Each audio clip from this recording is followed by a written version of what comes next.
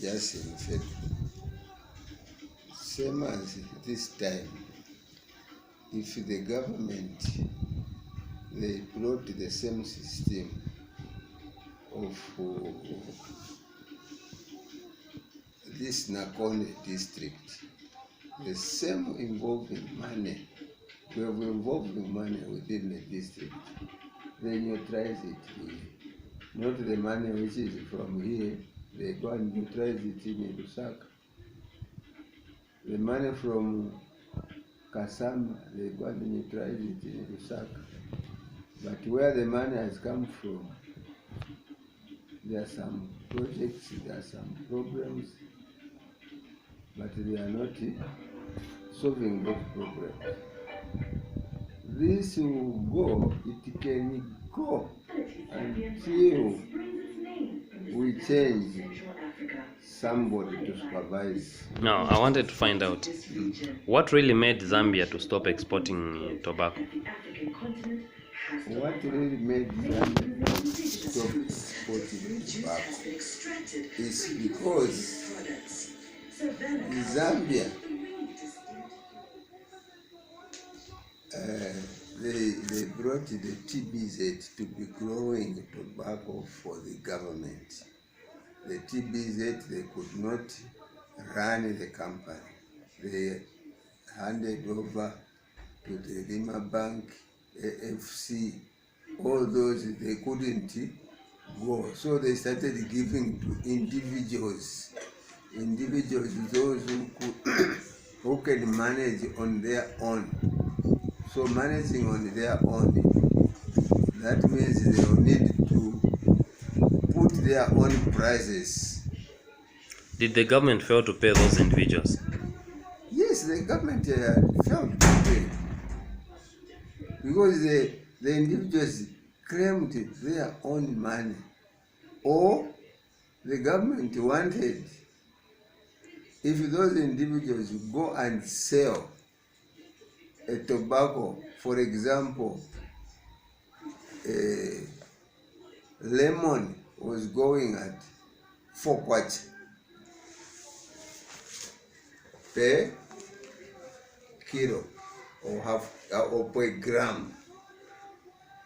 Then the government wanted to pay something like 1 kwacha instead of 4 kwacha. So on that, those individuals, they cannot continue. They have stopped, so that the government let it go and grow the tobacco that can be sold at 1 kwacha instead of 4 kwacha. How was the TBZ operating? The TBZ operated like they had a board, a government board, so that the TBZ had some farms, had the land, and some of the land, how they started. The government had some money. They recruited workers, trained them, so that by the time those trained men, by the time they realize, or by the time they start growing their own tobacco, the government has recovered all the money. They were going to recover that money they trained those people. That was all. They were just going to recover that money. Then the trainees, they were going to start selling now to the government at the low price. Now, okay, looking at the situation of the TBZ situation that transpired by the government failing to run, and he surrendered to the TBZ. Then the TBZ also surrendered to the banks. Yes. Now, looking at that situation that happened that time, and the current situation of the politics that are happening, when it comes to the issue of saying corruption, is there any difference, or is one and the same? On that one, it was like there were few people with their own money. So those few people, they were inside the government. So they started buying the shares. Now those who could not buy the shares, they had plans or they had the power to work, but they didn't have money to buy the shares. So it's where the now corruption entered, because one with money doesn't know how to work, and the other one with the idea of working but without money. So that one minus money, he has to think how to get the money so that he can buy the shares. Okay. So as a result is to steal so that he can have money, because the solution is just to have money, then you buy the shares. Without money, you can't do better. Which one would be the best government? KK's government and the government of the day as the Patriotic Front? This one is a Western party, because people they are not fearing. The KK's government, people were fearing.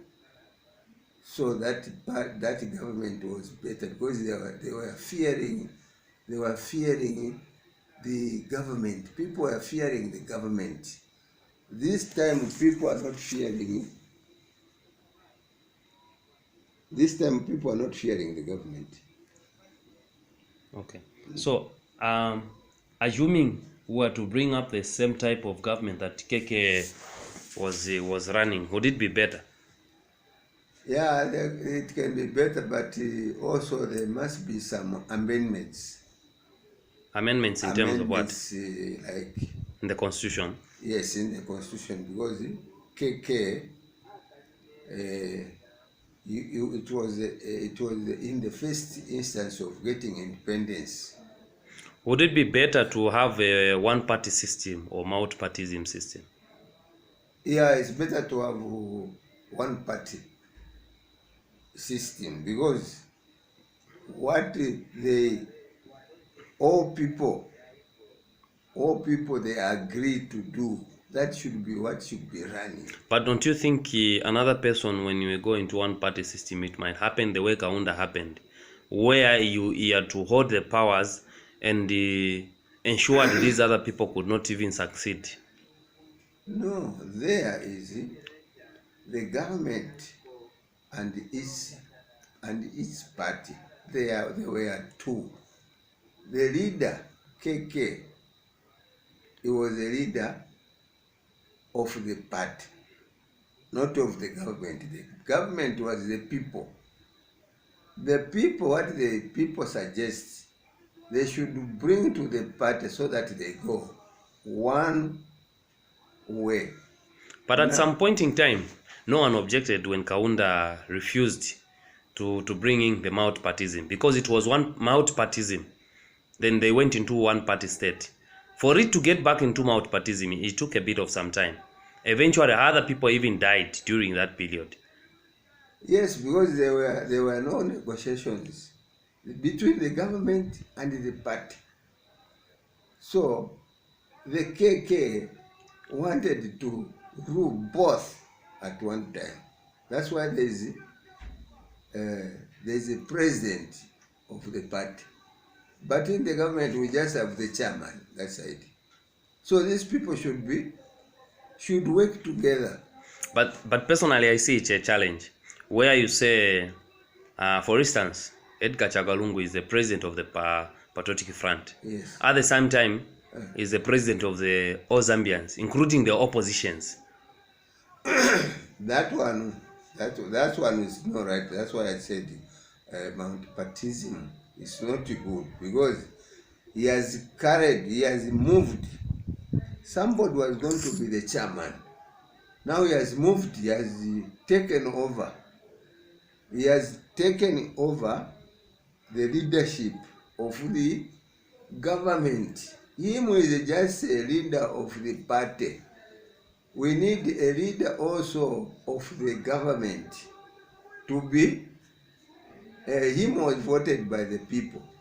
Now we want somebody to work in the government, to follow the constitution of the government. If somebody was a permanent secretary, he should be rising according to the stages until he becomes the chairperson of the government. Now, here we have the president of the party. At the same time, he becomes the leader. Instead of a chairman of the government, he becomes the president of the government. We don't have the president in the government. We don't have. We just have the president to the party voted by people. And this side where the chairmanship is, those people, they are civil servants. The civil servant, they will remain in the office even if the party is destroyed, but those people should remain in the office. They will be holding the office until the people vote for the next president. So those people should not be revoked to say, we remove these people, or we take these people, we put them in the party so that we can rule the government. This is what is where the mistake is. They've taken all the civil servants, they've pushed them into the party. They've taken people from the party, they've put them in the government. Okay, is it right for a civil servant like the highest position, like permanent secretary, to be reporting to the political office? No, that's not right. That's why I'm saying he's a politician. Now is given a post in the government. That means he has no power in the government. He will be supervised by the politician. So there you have no power in the government. So we don't need to confuse these two. Let the politicians be in the party.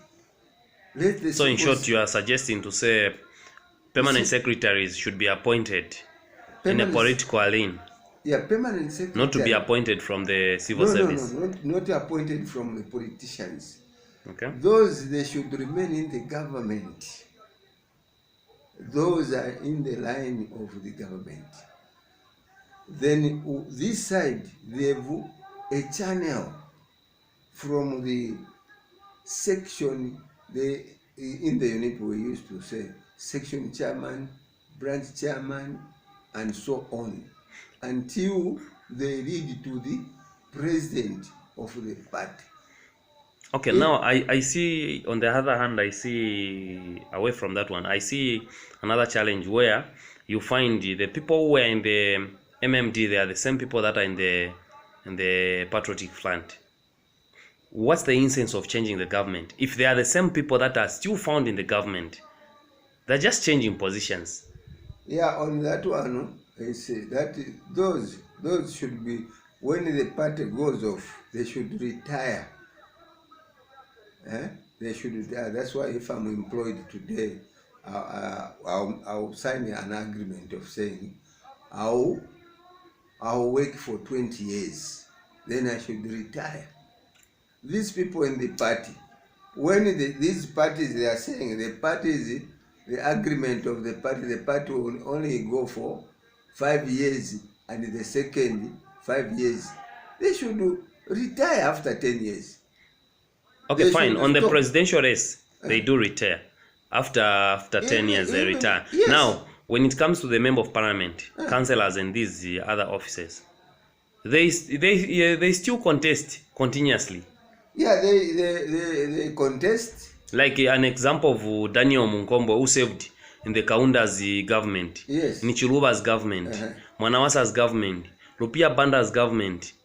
Those people, they were not contesting according to the wishes of the people. Those people, they are somehow were using corruption to the people, because there were some mistakes that he was doing, but he was paying them somehow so that they still vote for him. Would you say that the corruption still exists in Zambia? Yes. How? We are seeing that a high ranked person, he will have relatives in the same government, or to the lower bottom, the relatives, so that they are monitoring what the people are talking about the person who's on top, and that person there is paid not from the government, but from the pocket of the high ranked man. That's a corruption. A pocket from the high ranked person paying a relative, or not a relative, or a different person who will be working as an agent to the highly ranked person, so that the information here in the office is linked quickly there, and it's difficult to remove him. So corruption enters there, because is it dropping? Now let's talk about the issue of China. I wanted to find out, does China give money to African country or Zambia, to say, in cash form, or whenever they are giving loans to the government? No, they don't give cash. What happens with them is they give services, or they give labor. What do you mean by that? Then the government who will provide what we are saying in the form of material, they will provide. But in records, we shall be writing that the China is taking a contract of maybe a road. So how do the government pay back the same loans? They don't pay back. The same money goes within the government. Those people, we can only pay back if China bought something like a land. Then we need to claim back our land. That way we can pay the money to the China. As it is now. Now, okay, if they say Zambian the current government is stealing from Zambian citizens by getting loans from China, as you've said, they don't give cash. Now, in a situation where we give an example on Ndola Lusaka Dual Carriageway, where they say it will cost maybe 1.2 billion. Then when you make a comparison with other states, you find that a same distance, they would make a similar project, which would even cost maybe 800 million to say. Then how do they get that money in terms of having it back? As you are saying, they are being paid as a project.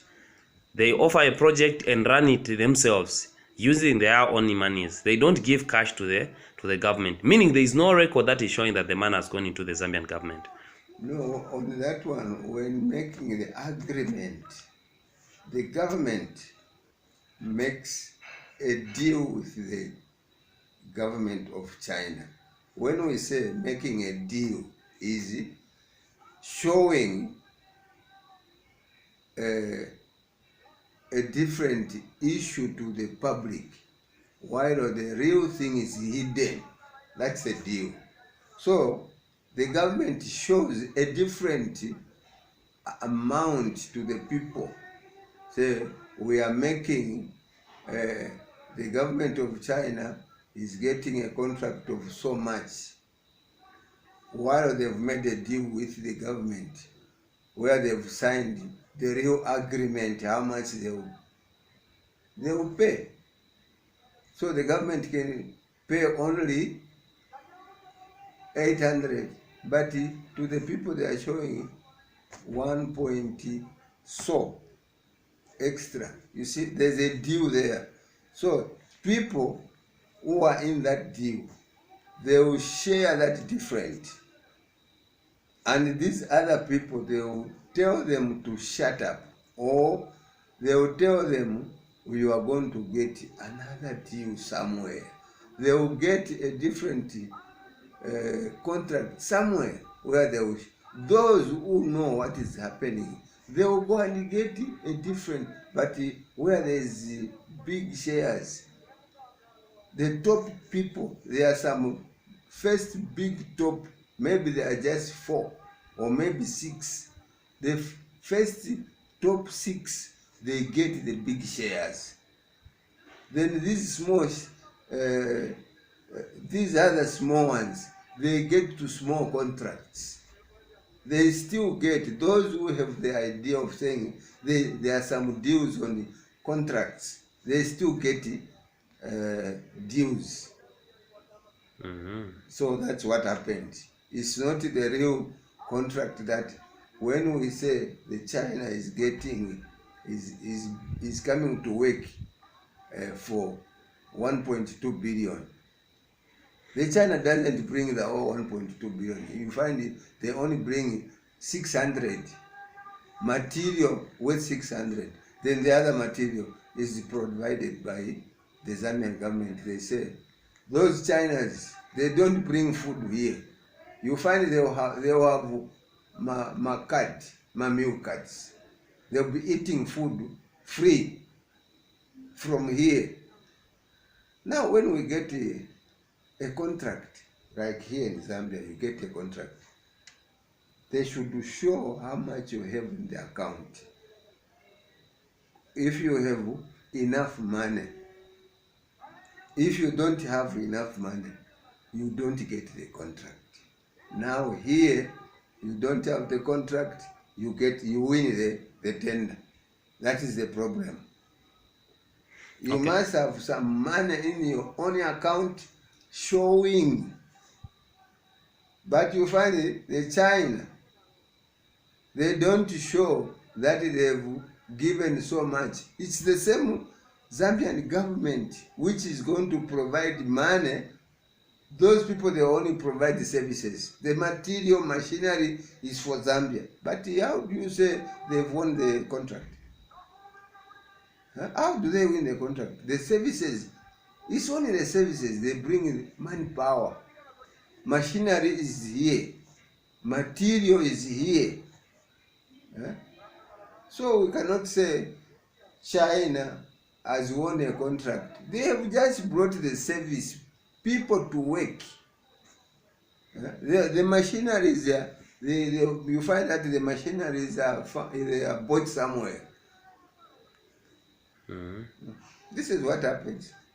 It's not them who comes. Looking at the current situation of politics, do you think the strongest opposition, UPND, like their president, HH, who've never worked for the government, can he run the affairs of the government better than the current president? What we are saying is, since he has not been in the government, because even in the Bible, a person who can run or keep the country is a person who can read the Bible, even if he has not been a member of a parliament or he has never worked in any government. If only he can keep orphans, he can keep those people who cannot afford to feed themselves, he can run. Because the Bible is saying we should remember these widows, orphans, handicapped. That is what is written in the Bible. If you can keep those people, you will be blessed. But what of Muslim countries, if you say that's what the Bible is saying? What about the Muslims? we are in the Christian country. We should not talk about Muslims. We are in the Christian country.